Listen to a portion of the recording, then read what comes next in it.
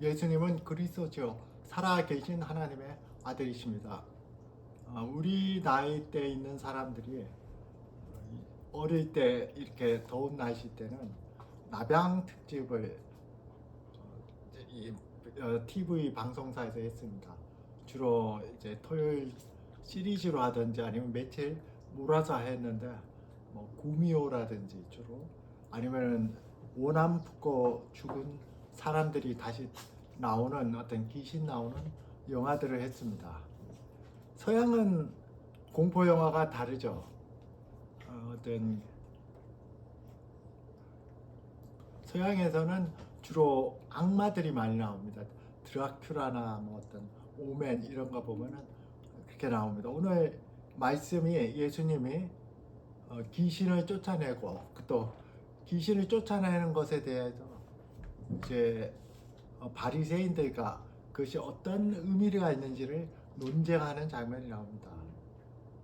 여름을 맞이해서 우리 설교도 나병 특집으로 이렇게 귀신 나오는 설교를 오늘 준비를 했습니다.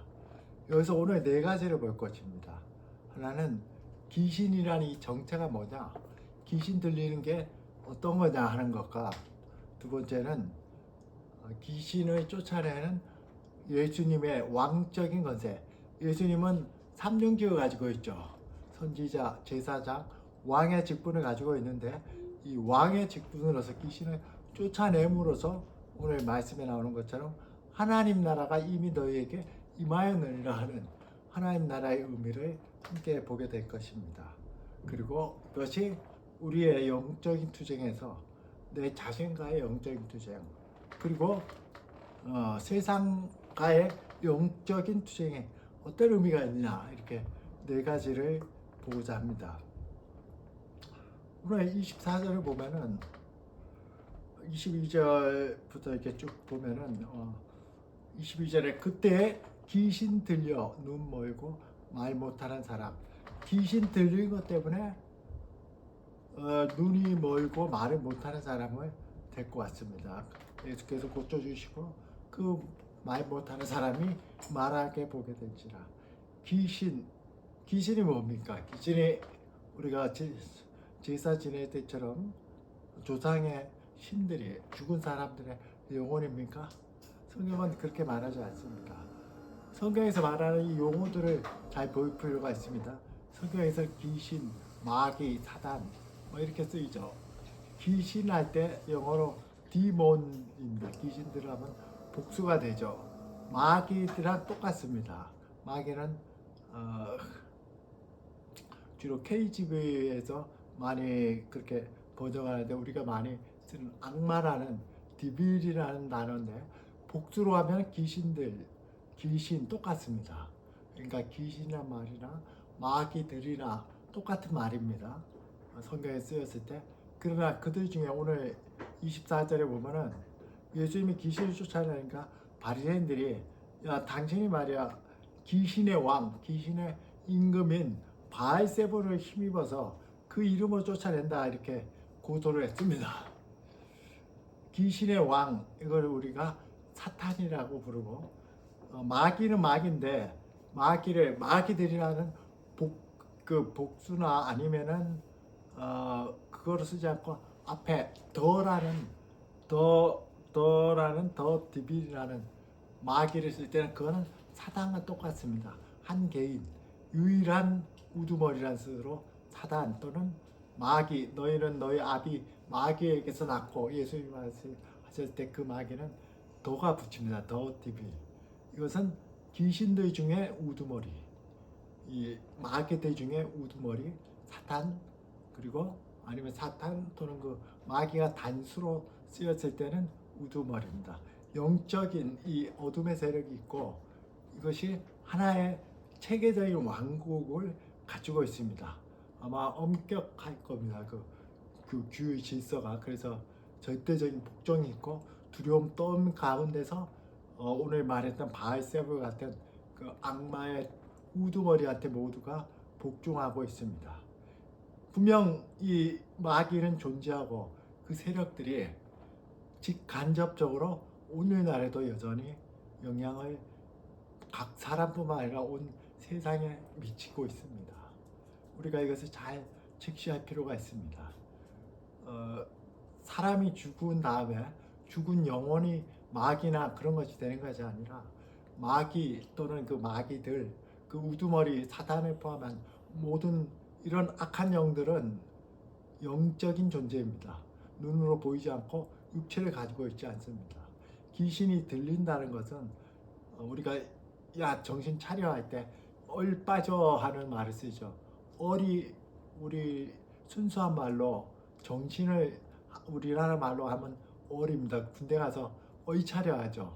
정신 차리게 하는 훈련을 어이 차려라 합니다. 기합 주는 것에 아주 특별한 경우에 그의 정신을 마귀가 지배할 때 사람들이 보통 귀신 들리는 거고, 그렇게 했을 때 오늘 나온 것처럼 눈이 멀 수도 있고 앞이 안 보일 수도 있고 말이 안 들리는 어떤 육체적인 것까지 영향을 주거나 아니면은 자기의 어떤 그 심리적인 상태, 한성, 한청, 한각 이런 걸 통해서 일시적이든 아니면 계속적이든 필요할 때 그를 지배하는데, 이것은 매우 예외적이고 그의 정신이 다른 것에 덮여 쓰일 정도로 아주 특별한 경우입니다.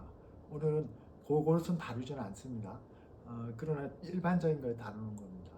그래서 이 귀신들 모두는 분명히 있는 존재인데 악한 영들입니다. 우리가 몇 주 전에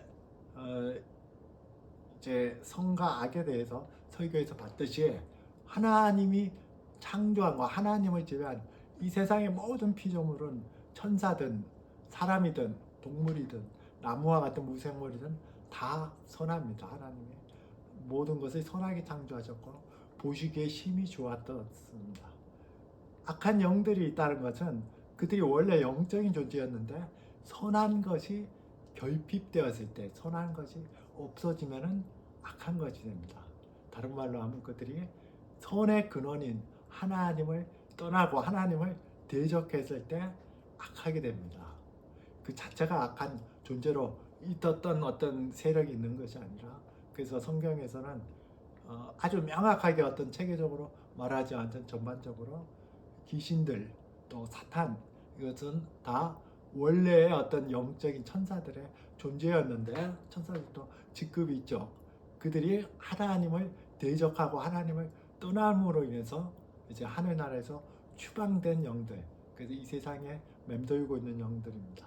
그들은 예수님을 보면 하나님의 아들임을 금방 알아보고 우리 때가 아직 이르지 않은데 우리를 멸하러 왔습니까 하고 소리를 지릅니다.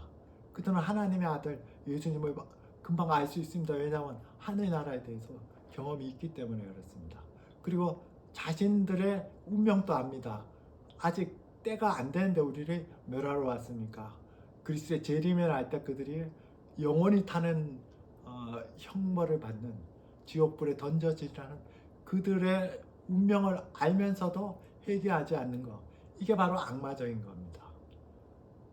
사람 속에서도 하나님이 주시는 일반적인 양심의 가책, 일반적인 은혜마저 거둬질 때 그 사람은 거의 악마화됩니다. 나쁜 짓을 하고 그것을 벌을 받는데 벌을 받으면서도 이를 갈고 더 악해집니다.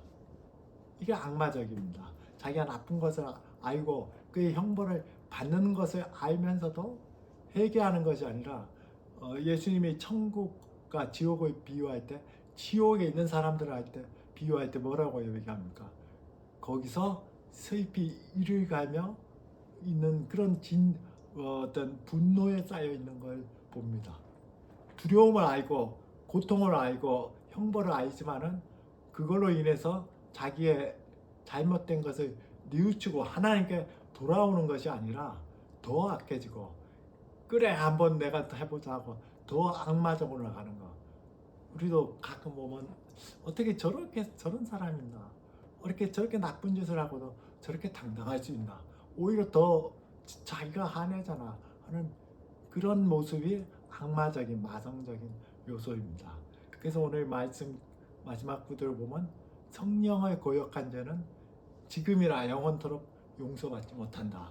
이것이 악마적인 것, 영원히 그리고 전혀 회개하지 않는 지속적으로 하나님을 대적하고 오히려 벌을 받고 자기가 죽어 있지도 알고 영원한 형벌에 처할지도 있지만은 그래도 나는 더 악하게 나가고 더 하나님 일을 방해하고 내뿐만 아니라 할 수만 있다면은 많은 사람들을 속이고 깨어서 같이 그 형벌에 들어갈 거야 이렇게 하는 그런 죄는 용서받지 못한다.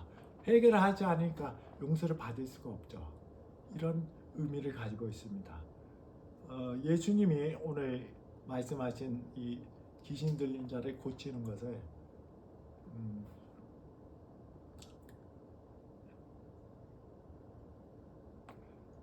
28절에서는 이렇게 말한다. 그러나 내가 하나님의 성령을 힘입어 귀신을 쫓아내는 것이면 하나님 나라가 너희에게 임하였느니라. 내가 성령을 힘입어 귀신을 쫓아내는 것이면 하나님 나라가 이미 너희에게 임하였느니라. 우리가 구원을 받는다는 것은 구원받지 않은 모든 사람이 어떤 악한 영에 얽매여 살고 있다는 의미는 아니지만 전반적으로 그 영의 영향 속에서 늘 있는데 바로 그 나라에서 하나님 나라로 옮겨진 것, 이것을 골로새서 1장 13절처럼 그리스도가 우리를 흑암의 권세에서 건져내사 그의 사랑의 아들의 나라로 옮기셨으니, 이것이 우리가 구원받는 상태를 말합니다. 나라라는 것은 통치하는 권세를 말합니다. 내가 사단의 지배를, 악한 영의 지배를 간접적이든 직접적이든 계속 받아오던 상태에서 하나님의 나라, 그리스도가 다스리고 하나님이 다스리시는 나라로 옮겨진 것. 그러나 내가 하나님의 성령을 힘입어 귀신을 쫓아내는 거지만 하나님의 나라가 이미 너희에게 임하였느니라. 그래서 이미가 중요합니다. 현재입니다. 바로 예수님을 믿는 순간에 너가 이미 하나님 나라가 너에게 임하였다. 내 지배가 사단과 악한 영들이 필요할 때 마음대로 알든 모르든 너를 지배하던 그것에서 이제는 그들이 건드릴 수 없는 하나님의 나라로 옮겨진 것. 이미 예수님 믿는 순간 너는 옮겨졌습니다. 현재 하나님 나라가 우리에게 임했습니다. 그러나 아직도 귀신들이 있죠. 아직도 죄를 짓죠. 그 이미지만은 아직 아닌, 다른 말로 하면은 already와 not yet입니다.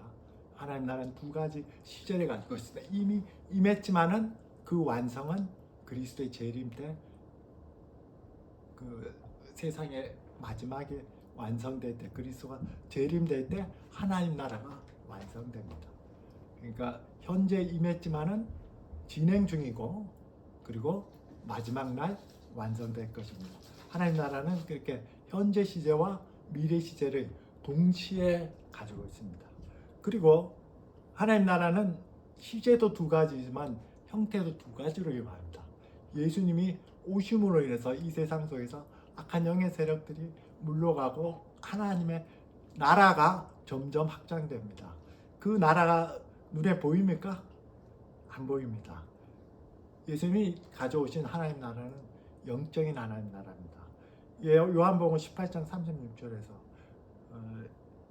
이제 빌라도가 신문할 때 예수님께 당신이 내가 왕이냐 유대인의 왕이냐 물었습니다.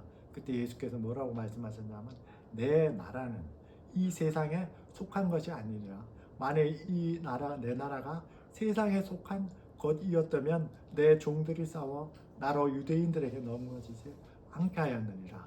이제 내 나라는 여기에 속한 것이 아니니라. 바로 이 눈에 보이는 물질적인 나라가 아니라 예수님이 가지고 오신 나라는 영적인, 정신적인 어떤 눈에 보이지 않는 나라가 예수님과 함께 시작돼서 이 세상 속에 전파됩니다. 요한복음 3장에 우리가 니고데모가 에게 예수님께서 내가 물과 성령으로 거듭나지 않으면 하나님 나라에 들어갈 수 없다 그랬죠. 하나님 나라에 어떻게 들어갑니까? 영적인 나라니까 영으로 거듭나야 들어갑니다. 물과 성령으로, 물로 씻음을 받는 제사함을 받아야 되는데 성령으로 하늘로부터 임하는 은혜로 인해서 내가 영적으로 거듭날 때 하나님 나라에 들어갑니다. 누가복음 17장 20절에서 바리새인들이 하나님 나라가 어느 때 임합니까? 유대인이나 구약이나 예수님 때 하나님 나라는 다윗의 왕, 오늘도 예수님이 사단이 쫓아냈을 때 저가 다윗의 자손이 아니냐 유대인들이 반문했죠. 다윗의 자손, 다윗과 같은 왕이 와서 그때 유대인들 아마 지금 또 이스라엘 사람들은 이것을 기대하고 있을 겁니다. 정치적으로 해방을 시켜서 점점 다윗 왕과 같이 강력한 군대가 되고 강력한 나라가 되고 그리고 아주 먼 아주 마지막 주님의 날에 그것이 급진적으로 발전돼서 전 세계 가운데 주님의 나라가 되는 이게 구약 시대나 예수님 때의 하나님 나라에 대한 유대인의 관점입니다. 그러니까 정치적인 해방이 우선이고 거기에는 아까 영적인 나라는 성령으로 임하는 위로부터 임하지만은 그 하나님 나라는 정치적인 의미이기 때문에 지도자가 있으면 내가 거의 참여해야 되는 의무도 같이 있는 겁니다. 그래서 유대인들이 그 어려움 속에서도 AD 70년에 반란을 일으켜서 수많은 사람들이 십자가에 죽었고 예루살렘이 파괴되었음에도 불구하고 130년 AD 경에 이집트나 주변에 있는 아시아 지역까지 합산해서 엄청난 반란을 함께 일으켰다가 오늘날처럼 이스라엘 민족 전체가 예루살렘 지역에서 다 떠나게 되는 그런 어떤 일을 당했습니다. 그들은 하나님 나라가 그렇게 세워진다고 믿기 때문에 그렇습니다. 그래서 하나님 나라가 어느 때에 임하니까 물건을 예수께서 대답하여 이르시되 하나님 나라는 보일 수 있게 임하는 것이 아니요 또 여기 있다 저기 있다 못하니 하나님 나라는 어디야? 너희 안에 있느니라. 너희 마음속에 있느니라. 너희가 영적으로 거듭날 때 위로부터 거듭날 때 하나님 나라가 너희 마음속에 있느니라. 사단과 마귀가 너희 생각과 또 너희 어떤 감정과 때로는 육체적인 것까지도 필요하면 지배했던 그 나라에서 이제는 하나님과 예수 그리스도가 다스리는 영적인 나라가 너희에게 임하고 예수님 시대 때부터 시작돼서 지금까지 지금 복음이 전파되는 곳 예수님의 통치 하나님의 통치가 이루어지면서 하나님 나라는 지금도 보이지 않는 가운데 전 세계적으로 계속 퍼지고 있습니다. 그러나 두 번째로 예수님이 재림하실 때 그때 많은 변화와 또 많은 어떤 심판과 또 많은 구원이 있는 그때는 이제 영적인 것을 포함해서 영과 육, 이 세상에 보이는 모든 물질적인 것과 어떤 영적인 가치, 저 세상에 있는 천상적인 것이 그리스도 안에서 하나가 되는 그때는 영적인 것과 육적인 것, 물질적인 것까지의 구원이 온전히 이루어지는 그렇게 두 단계로 하나님 나라는 이렇게 이루어집니다. 이것이 중요한 의미를 갖는 것이 우리에게 정말 중요한 의미를 갖는 것은 오늘 바알세불이라는 바알세불은 바알의 왕 바알세불을 문자적으로 해석하면 집의 주인입니다. 바알 신을 섬기는 것 중에 가장 우두머리 그래서 이방 신들 우리가 생각하는 어떤 신이라도 그것은 존재하지 않습니다. 유일하신 참 하나님만 신이시고 하나님으로 존재하고 나머지는 존재하지 않지만은 우리가 그 집에서 제사를 지낸다거나 아니면 뭐 회사를 창립하고 또 어떤 공사를 할 때 고사를 지내죠. 돼지머리 갖다 놓고 이거 잘 되게 해주십시오. 고사를 지내거나 또 이렇게 아예 이방 종교처럼 어떤 특정한 바알세불을 섬기기 위해서 제사를 지낼 때 그 자체가 신이 아니고 그 자체가 능력 없지만 악한 영들이 그것을 가지고 역사를 합니다. 그것을 가지고 그 속에서 많은 장난을 칠 수 있고 영향을 가질 수가 있습니다. 여러분들이 조심해야 됩니다. 그러한 장소, 그러한 의식이 있는 곳에는 그 자체가 문제가 아니라 이것을 통해서 악한 영들이 어떻게 역사할지 모르기 때문에 대단히 중요해야 되고 구약에서는 계속적으로 그것을 말하는데 이방인이 제사할 때 이방 신들을 섬길 때 그 속에서 악한 영들의 역사들을 계속 보여주고 있습니다. 오늘 말씀을 통해서 여러분들이 항상 주의해야 되는 것이 바로 그렇게 우상을 섬기는 그 뭐 형식적으로 하니까 뭐 나는 뭐 상관없어 할지 모르지만 언제 어떻게 영향을 미칠지도 모릅니다. 오늘 22절에서도 귀신 들려 하는 게 있죠. 악한 영들이 하는 가장 중요한 영향 중에는 고린도 후서에 나왔잖아요. 이 세상 신이 마음을 혼미케 하여 하나님의 복음을 못 믿게 하는 게 가장 우선적입니다.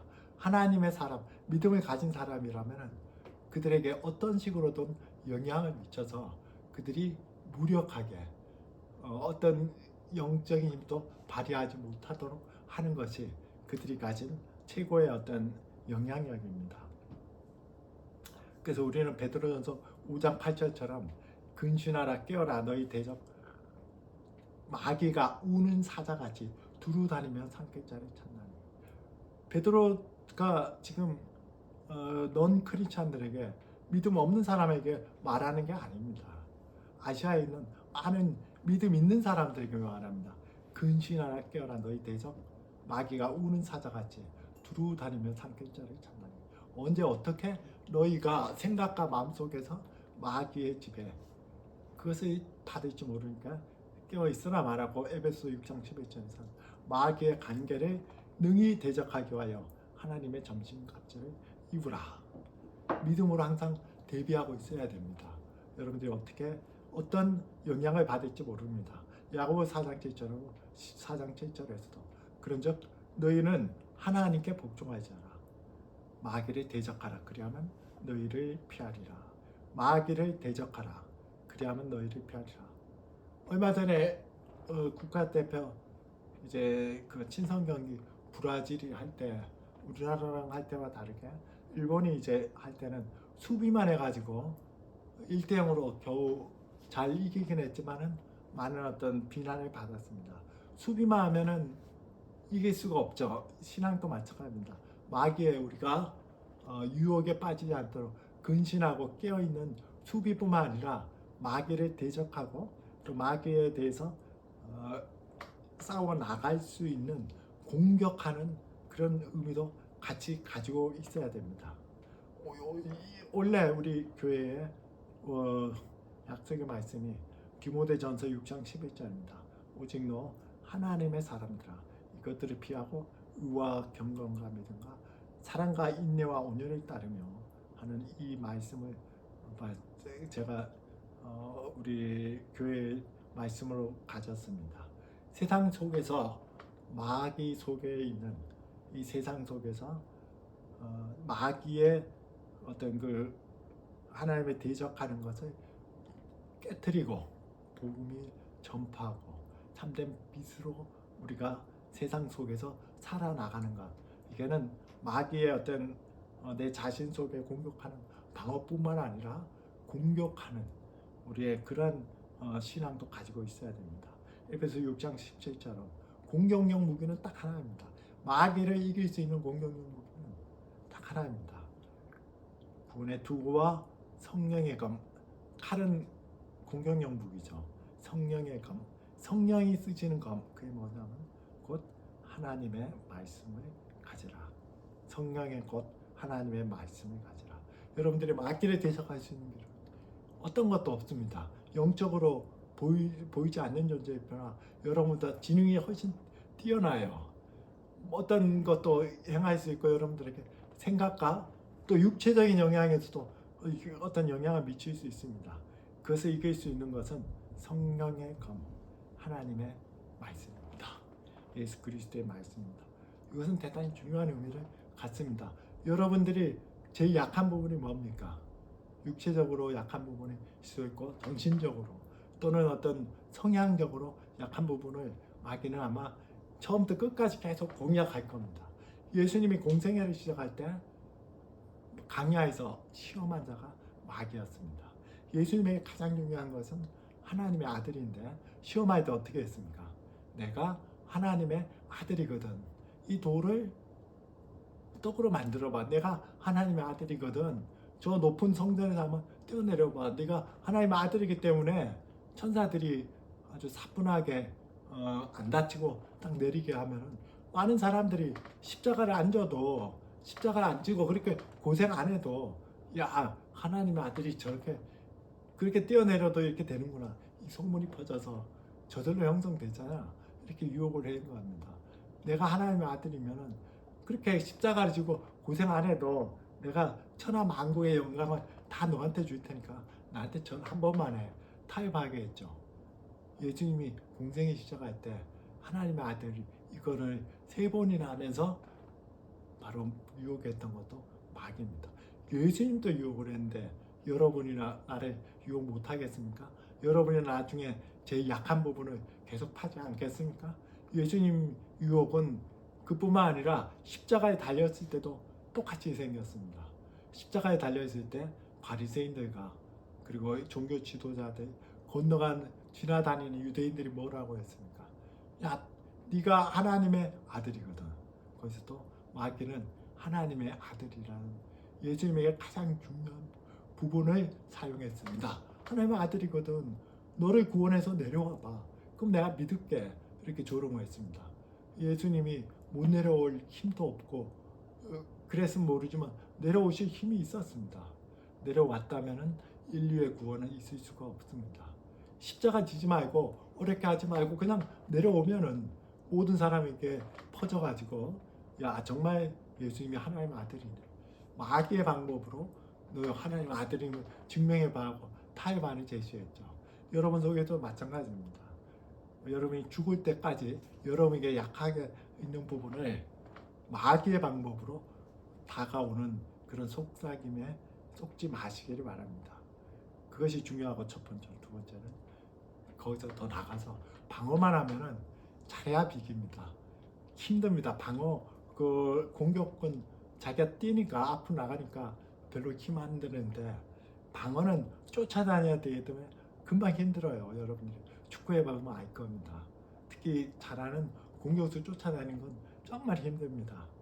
바로 우리가 싸워야 될 것은 말씀을 가지고 세상 속에 나가는 것입니다. 말씀이 나의 기준이 돼서 내 삶이 말씀과 같이 삶으로써 빛과 소금으로 드러날 뿐만 아니라 말씀을 전파함으로써 우리는 하나님 나라가 이 땅에 오는데 우리도 그 속에 동참하게 됩니다. 마태복음 24장 14절에서 이 천국 복음이 하나님 나라의 복음이 모든 민족에게 증언되기 위하여 온 세상에 전파되리니 그제야 끝이 옵니다. 복음이 온 세상에 거의 남김없이 전파되었을 때 예수님이 오시겠다고 말씀하셨습니다.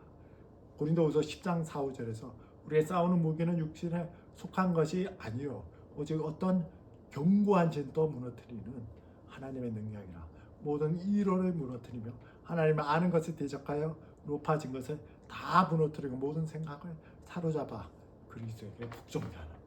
제가 신학 연구를 하고 논문을 쓰고 뭐 발표를 하는 것은 바로 고린도후서 10장 5절의 말씀을 늘 주장합니다. 하나님을 아는 것을 대적하여 높아진 것. 그것을 말씀을 통해서 그 말씀을 신학적으로 해석해서 무너뜨리고 생각을 사로잡아 그리스도에게 복종케 하는 이 목적을 위해서 저는 공부하고 그랬습니다. 우리의 싸움은 결국 혈과 육을 상대하는 것이 아니라 보이지 않는 에베소 6장 12절 권세들과의 싸움입니다.